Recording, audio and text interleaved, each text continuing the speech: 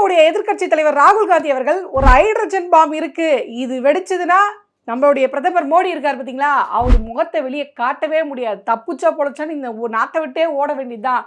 அந்த மாதிரியான வெடிகுட்டி என்கிட்ட காத்துட்டு இருக்கு அப்படின்னு சொன்னார். இன்னைக்கு மறுபடியும் பிரஸ் மீட் வச்சு, அதாவது இந்தியாவுடைய தலைமை தேர்தல் ஆணையர் இருக்கார் பார்த்தீங்களா, இவர் எப்படி எல்லாம் பாஜகவுடைய கிளைக்கழகமா அவர் செயல்படுறாரு, பாஜக எப்படி ஓட் சோரி பண்ணதோ அதுக்கு எப்படிலாம் அவர் ப்ரொடெக்ஷன் கொடுக்குறாரு அப்படின்ற உண்மையை வெளுத்து வாங்கி விட்டுருக்காரு. ஆனால் இந்த விஷயம் ஸ்டார்ட் பண்ணுறதுக்கு முன்னாடி, அதாவது இந்த ஸ்கூல் பசங்களுக்கு விளக்குற மாதிரி ரொம்ப அழகாக தெளிவாக எப்படிலாம் இவங்க ஃபோர்ஜரி பண்ணி சேர்த்துருக்காங்க, எப்படிலாம் ஃபோர்ஜரி பண்ணி நீக்கி இருக்காங்க அப்படின்றத ரொம்ப தெளிவாக அவர் மேடையில் படம் போட்டு அவர் காமிச்சிருக்காரு. அந்த மேடை ஏறினோடனே அவர் முத சொன்ன வார்த்தை என்ன அப்படின்னு பார்த்தீங்கன்னா, இந்திய ஜனநாயகத்தை ஒட்டுமொத்தமாக இவங்க நாசம் பண்ணியிருக்காங்க. They have destroyed the Indian democracy. But இது யார் ப்ரொடெக்ட் பண்ணுறாங்க, அதாவது பாஜக இந்திய ஜனநாயகத்தை அவங்க வந்து நாசம் பண்ணுறாங்க இல்லையா, இதுக்கு கூட இருந்து ப்ரொடெக்ட் பண்ணுறது யார் அப்படின்னு பார்த்தீங்கன்னா திரு ஞானேஷ்குமார் அவர்கள், வேற யாரும் இல்லை, இந்திய தேர்தல் ஆணையத்தோடைய தலைமை அதிகாரி. இவர் தான் இவங்க கூட நின்று என்ன பண்ணுறாரு, ஊத்திட்டு இருக்காரு. ஸோ இன்னொரு விஷயத்தையும் அவர் ரொம்ப தெளிவுபடுத்துறாரு. நீங்களாம் நினைக்கிற மாதிரி இன்னைக்கு நான் ஹைட்ரஜன் பாம்பை தூக்கி போடுறதுக்காக இங்கே வரல, அது பெரிய விஷயம், அந்த விஷயம் வந்துட்டு இருக்கு. இது அதுக்கு முன்னாடி ஒரு சின்ன முன்னோடி. அதாவது ஏற்கனவே கர்நாடகாவில் மகாதேவபுரத்தில் என்னென்ன மாதிரியானலாம் விஷயம் நடந்திருக்குன்னு அவர் சொன்னார் பார்த்தீங்களா, அந்த மாதிரி அலாந்த் அப்படின்ற இன்னொரு தொகுதியில் எந்த மாதிரியான ஃபோர்ஜரிலாம் இவங்க பண்ணியிருக்காங்க அப்படின்றத ரொம்ப தெளிவாக அவர் விளக்கியிருக்காரு. அவர் ரொம்ப மறுபடியும் தெளிவாக சொல்றாரு, இந்த நாட்டை, அதாவது இந்த இந்திய நாட்டை நான் நேசிக்கிறேன், இந்த கான்ஸ்டியூஷனை நான் நேசிக்கிறேன், நான் இந்த டெமோக்ரஸியை பாதுகாக்கணும்னு நினைக்கிறேன். ஸோ அதனால இந்த முறை நான் எதுவும் சொல்ல மாட்டேன், இங்கே பாருங்க இதை பண்ணியிருக்காங்க, அதை பண்ணியிருக்காங்க, இந்த மாதிரிலாம் பண்ணியிருக்காங்க, நான் எதுவுமே சொல்ல. உங்கள் முன்னாடி 100% உண்மையை நான் போட்டு உடைக்கிறேன். அந்த உண்மையை பார்த்த பிறகு நீங்கள் நல்ல தீர்ப்பை கொடுங்க. அவங்க பண்ணது நியாயமா, அநியாயமா, போர்ஜரியா, இல்லை நேர்மையாக இவங்க தேர்தல் நடத்தியிருக்காங்களா இல்லையான்றதை நீங்கள் தீர்ப்பு கொடுங்க. உங்கள் முன்னாடி நான் ஆதாரத்தை மட்டும் சமர்ப்பிக்கிறேன் அப்படின்னு சொல்லி எல்லா ஆதாரத்தையும் ரொம்ப தெளிவாக அவர் இந்த வாட்டி போட்டு உடைச்சிருக்காரு. அவர் என்ன சொல்கிறாருன்னா, யாரோ ஒருவர், ஏதோ ஒரு ஃபோர்ஸ், ஏதோ ஒரு குரூப், ஆனால் ரொம்ப கரெக்டாக ஸ்ட்ராட்டஜிக்கலாக வேலை பண்ணி கிட்டத்தட்ட மில்லியன் கணக்கான, அதாவது லட்சக்கணக்கான மக்களுடைய ஓட்டுகளை இல்லாம காலி பண்ணியிருக்காங்க. அவர் குறிப்பிட்டு என்ன சொல்றாருன்னா, ஒரு தொகுதிக்குன்னு எடுத்துட்டாலே கிட்டத்தட்ட 6018 ஓட்டுகள் ஒரு தொகுதிக்கே போயிருக்கோம், அவங்க வந்து நீக்கி இருக்காங்க. அது எப்படி நீக்கியிருக்காங்க, எந்த மாதிரியான சாஃப்ட்வேர் யூஸ் பண்ணியிருக்காங்கன்னு பார்க்கும்போது இதில் ஏதோ ஒரு 2-3 பேர் வச்சு செய்யப்பட்ட மாதிரி தெரியல. கால் சென்டர் தெரியுங்களா, ஒரு கால் சென்டர்னா ஒரு பெரிய டீம் இதுக்காக வேலை செய்யும். வேற நாட்டில இருந்துலாம் உங்களுக்கு கால் வரும், அதெல்லாம் அவங்க வேலை செய்வாங்க. ஸோ இந்த மாதிரி ஒரு பெரிய டீம் இதுக்காக வேலை செய்யப்பட்டிருக்கு அப்படின்னு அவர் சொல்றாரு. ஏன் பெரிய டீம் வேலை செய்யுது அப்படின்னு சொல்றாங்கன்னா, இப்போ ஒரு நபரோடைய பேரை நீக்கணும் அப்படின்னா ஒரு குறிப்பிட்ட நம்பர்ல இருந்து தான் தகவல் போகும். இப்போ உதாரணத்துக்கு என் வீட்டில் யாரோ ஒரு வயசானவங்க வந்து இறந்துட்டாங்க, நான் ஃபோன் பண்ணி சொல்கிறேன், இந்த மாதிரி அந்த ஐயா வந்து இறந்துட்டாங்க, நீங்கள் அவங்கள இந்த முறை வாக்காளர் பட்டியலேருந்து நீக்கிடுங்க அப்படின்னு நான் சொல்லுவேன். அப்படி சொன்ன உடனே அவங்ககிட்டேருந்து எனக்கு ஒரு ஓடிபி வரும். அந்த ஓடிபியை நான் அவங்களுக்கு திருப்பி சொல்லணும். இன்றைக்கி கார் இன்சூரன்ஸ் போடுறதுலேருந்து நீங்கள் ஒரு கேப் புக் பண்ணனா கூட உங்கள் ஃபோன் நம்பருக்கு ஒரு ஓடிபி வரும். அந்த ஓடிபியை சொன்னால் தான் நீங்கள் எதுவுமே செய்ய முடியும். ஸோ அந்த மாதிரி அந்த ஓடிபி எனக்கு வரும். அந்த ஓடிபியை நான் சொன்னால் மட்டும் தான் அது நீக்க முடியும். ஆனால் இங்கே என்ன நடந்திருக்கு அப்படி பார்த்தீங்கன்னா, ஒரு குறிப்பிட்ட நபர், அதுக்கு உதாரணமாக ஒரு கோதாபாய் அப்படின்ற ஒரு 63 வயது தக்க பெண்மணி ஒரு நம்பர்லேருந்து லாகின் பண்ணி கிட்டத்தட்ட 12 வாக்காளர்களுடைய இதை வந்து நீக்கியிருக்காங்க. அவங்கள போய் கேட்டால், அதாவது அந்த வீடியோ அவங்க காட்டுறாங்க, அவங்கள கேட்டால் எனக்கும் எதுக்கும் சம்மந்தம் இல்லை, எனக்கு இதை பற்றி ஒன்றுமே தெரியாது அப்படின்ற சாட்சியத்தை அவங்க கொடுத்துருக்காங்க. ஸோ இதில் அவர் என்ன சொல்ல வர்றாருன்னா, இப்போ நீக்கப்பட்டிருக்காங்க பார்த்தீங்களா ஒரு நபர், இந்த கோதாபாயின்றவங்களுக்கும் இதில் சம்மந்தம் கிடையாது, நீக்கப்பட்டாங்க பார்த்தீங்களா அவங்களுக்கும் இதில் சம்மந்தம் கிடையாது. அப்படி இருக்கும்போது யார் இதில் இறங்கி வேலை செய்கிறாங்க, இதை முத அவர் எங்கே கண்டுபிடிக்கிறாங்க அப்படின்னு பார்த்தீங்கன்னா, இந்த கர்நாடகாவில் அலாங் தொகுதின்னு சொன்னாங்க இல்லையா, இதில் ஒரு பூத் லெவல் ஆஃபீஸர் தன்னுடைய உறவினர், அதாவது மாமா முறையுடையவரோட ஓட்டு போடுறதுக்காக அங்கே வரும்போது உங்களோட ஓட்டு இங்கே இல்லை, நீக்கப்பட்டிருக்கு அப்படின்றத கண்டு அவர் அதிர்ச்சி ஆகிறது.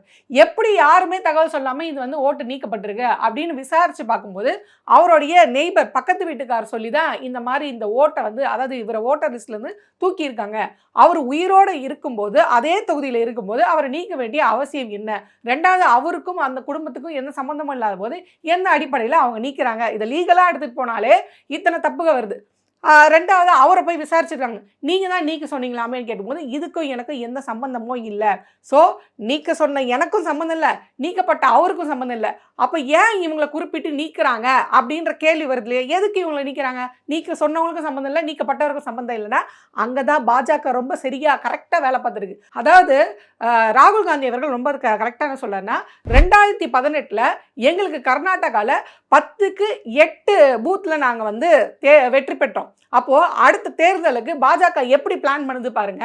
இந்த 8 பூத்தெல்லாம் காங்கிரஸோடைய வெயிட்டான ஏரியா. அப்போ இந்த ஏரியாவில் யார் யார் என்னென்ன ஓட்டு போடுவாங்கன்றத நல்ல கரெக்டாக கிளாரிஃபையாக ஃபாலோ பண்ணி அந்த 8 பூத்தை டார்கெட் பண்ணி அங்கே இருக்கிற வாக்காளரோட பேரை ரொம்ப அவசரமாக நீக்கியிருக்காங்க. அதுக்கு என்ன பண்ணியிருக்காங்கன்னா, இப்போ இந்த வாக்காளர் பட்டியல் இருக்குது அப்படின்னா அந்த வாக்காளர் பட்டியலில் நம்பர் 1 அந்த இடத்துல யார் பேர் இருக்கோ அந்த நேமை எடுத்து வச்சு அவங்களுக்கு ஃபேக்காக ஒரு ஐடியை உருவாக்கி நம்பரை வாங்கி, அதுவும் அந்த நம்பர் கர்நாடகாவை சேர்ந்த நம்பரே இல்லை, இந்தியாவில் பல மாநிலம் இருக்குது பார்த்தீங்களா, அந்த மாதிரி வேறு வேறு மாநிலத்துலேருந்து பல நம்பர் எடுத்து அந்த நம்பர்லேருந்து இந்த மாதிரி ஒரு ஃபேக்கான ஐடியை உருவாக்கி லாகின் பண்ணி ஒரு ஆளுக்கு இப்போ வந்து ஒரு 10 நம்பர் இருக்குது வச்சுக்கோங்க, 10 பட்டியல் இருக்குது. 10 பட்டியலில் ஃபஸ்ட்டு நேம் வந்து ஏதோ ஒரு பேர் இருக்குதுன்னு வச்சுக்கோங்க. ஃபார் உதாரணத்துக்கு என் பேரே வச்சுக்கோங்களேன், பானுன்னு இருக்குது. இன்னொரு பேரில் வந்து இப்போ இன்னொரு பட்டியலில் வந்து ஃபஸ்ட்டு நம்பர் வந்து ரேகான் இருக்குது, 3வது பட்டியலில் சக்தியான் இருக்குது. இப்போ இந்த 3 பேரையும் அவங்க எடுத்து வச்சுக்கிறது. அந்த 3 பேர்லேயும் அவங்களோட பேரை வச்சு ஒரு ஐடியை கிரியேட் பண்ணி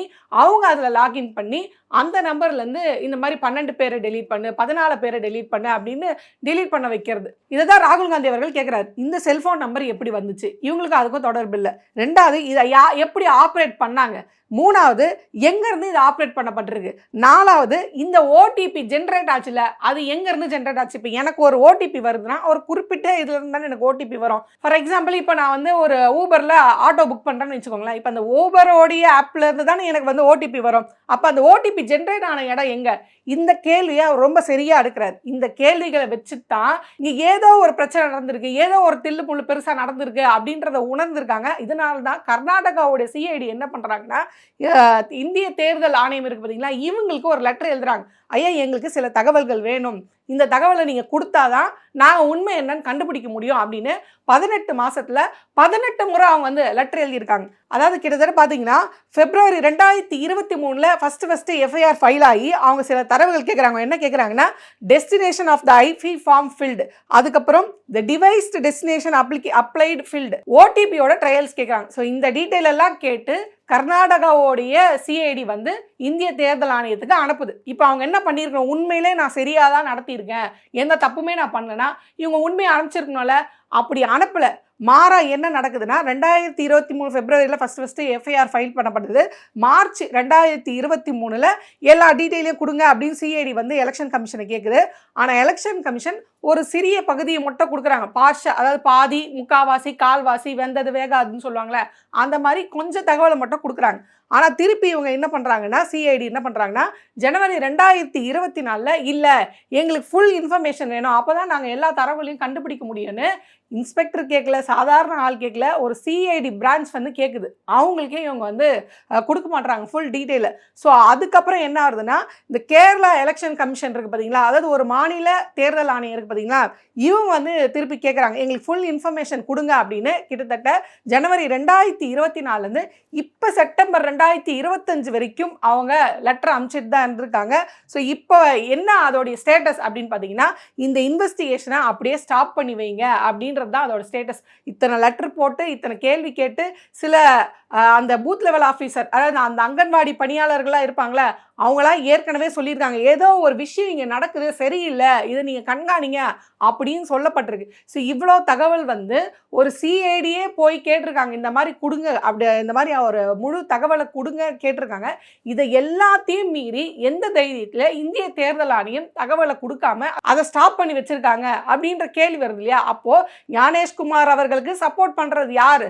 எந்த தைரியத்தில் அவர் இந்த மாதிரியான வேலைலாம் செஞ்சிருக்காரு அப்படின்ற கேள்வியும் நம்மளுக்கு வருது. 2வது, ராகுல் காந்தி அவர்கள் சொன்ன ஒரு விஷயத்தை நம்ம ரொம்ப கிளியராக நோட் பண்ணணும். அதாவது அவர் என்ன சொல்கிறாருன்னா, இந்த பேர் எடுத்தாங்க, அதாவது ஓட்டர் லிஸ்ட்ல இருந்து நீக்கினாங்க பார்த்தீங்களா, இவங்க குறிப்பிட்டு நீக்கியிருக்காங்க. யாரை நீக்கியிருக்காங்க அப்படின்னு பார்த்தீங்கன்னா, தலித்துகள், ஆதிவாசிகள், மைனாரிட்டி மற்றும் ஓபிசி இவங்களை நீக்கியிருக்காங்க அப்படின்ற செய்தி சொல்லும்போது நமக்கு என்ன பகீர்னு உள்ள வருது அப்படின்னு பார்த்தீங்கன்னா, அப்போ போன எலெக்ஷன் வரையும் நீ இதை இல்லீகலாக பண்ணியிருக்கீங்க, எனக்கு ஓட்டு போடுறவங்களா யாரு, இவங்களாம் எனக்கு ஓட்டு போடுவாங்க, அப்போ நம்ம பண்ணுற அநியாயத்துக்கும் அக்கிரமத்துக்கும் இந்த தரப்பு கிட்ட இருந்து நம்மளுக்கு எந்த காலத்துலையும் ஓட்டு வராது, அப்போ என்ன பண்ணு, அவங்களெல்லாம் நீக்கு, இது இல்லீகலாக பண்ண வேலை.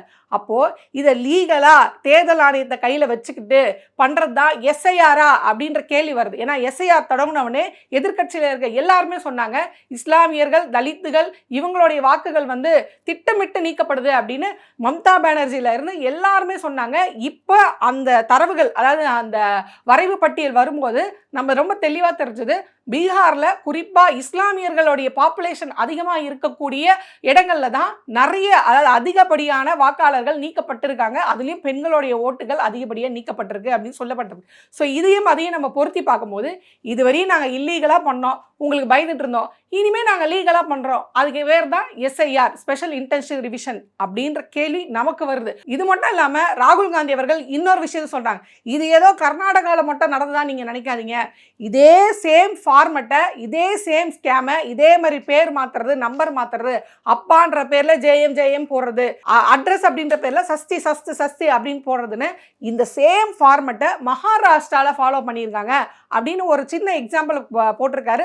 ரெண்டாவது, தேர்தல் ஆணையத்துக்கு அவர் அதே மேடையில் ஒரு எச்சரிக்கையும் வச்சிருக்காரு, கிட்டத்தட்ட இன்னும் வித்தின் 1 வீக்ல எனக்கு எல்லா டீட்டெயிலும் வரணும். ஏன்னா அந்த எல்லா டீட்டெயிலும் வரும்போது தான் இன்னும் தெளிவாக இது எங்கேருந்து ஆரம்பிச்சது, யாருக்கு இது பின்னாடி இருக்கு. ஏன்னா இது அவர் சொல்ற மாதிரி இது ரொம்ப பெரிய நெட்வொர்க் இதுக்கு பின்னாடி வேலை செய்யுது. அப்போ அவ்வளோ பெரிய நெட்வொர்க்கை கண்டுபிடிக்கணும்னா எங்களுக்கு முழு தகவல் எங்கேருந்து ஓடிபி ஜென்ரேட் ஆகுதுன்னு கண்டுபிடிச்சிட்டாலே இதுக்கு பின்னாடி இருந்து யார் வேலை செய்கிறா அப்படின்றது தெளிவாக தெரிஞ்சிடும். ஸோ எனக்கு முழு டீட்டெயிலை நீங்கள் கொடுத்தாகணும். நான் ஒரு ஜனநாயக ரீதியாக என்ன செய்யணுமோ அதை செய்துட்டேன். நான் மக்களால் தேர்ந்தெடுக்கப்பட்ட ஒரு பிரதிநிதியோ, மக்களுக்கு என்ன செய்யணுமோ, ஜனநாயகத்தை காப்பாற்றணுமோ அது என்ன செய்யணுமோன்றதா என் வேலை, அதை நான் செஞ்சுட்டேன். இனி உங்கள் கையில் தான் இருக்குது, நீங்கள் எப்படி வெகுண்டு எழ போறீங்க, நீங்கள் என்ன கேள்வி கேட்க போறீங்க பாஜக அரசுக்கு, உங்கள் ஓட்டோட உரிமை உங்களுக்கு வேணுமா வேணாமா, இந்த நாட்டில் நீங்கள் இருக்க போறீங்களா இல்லையான்றது இனிமேல் உங்கள் கையில் தான் இருக்குது அப்படின்றத ராகுல் காந்தி அவர்கள் ரொம்ப தெளிவாக சொல்லிட்டு, இது ஏதோ கர்நாடகாவில் நடந்த பிரச்சனை மட்டும் கிடையாது, இன்னும் மகாராஷ்டிரா, ஹரியானா, உத்தரப்பிரதேஷ் இந்த மாதிரி பல மாநில திட்டமிட்டு இந்த மாதிரியான வேலை செஞ்சுருக்காங்க. இதை வெகு விரைவிலே ஹைட்ரஜன் பாம்ன்ற ஒரு பெரிய ப்ரூஃபோட உங்கள் முன்னாடி நான் வந்து நிற்பேன், அன்னைக்கு இருக்கு மோடி அவர்களுக்குன்ற தெளிவான எச்சரிக்கையோட ராகுல் காந்தி அவர்கள் இன்னைக்கு விடை பெற்றிருக்காரு. ஸோ நம்ம பொறுத்திருந்து பார்ப்போம். இதுவே இவ்வளோ பெரிய அதிர்ச்சியாக இருக்கே, ஹைட்ரஜன் பாம் வெளியே வரும்போது இன்னும் என்னென்ன அதிர்ச்சி தகவல் வெளியே வரப்போகுதுன்னு நினச்சி பார்க்கும்போது நம்ம மனசுக்குள்ள சின்ன பதட்டம் வருது. ஸோ பொறுத்திருந்து பார்ப்போம் என்ன நடக்குதுன்னு.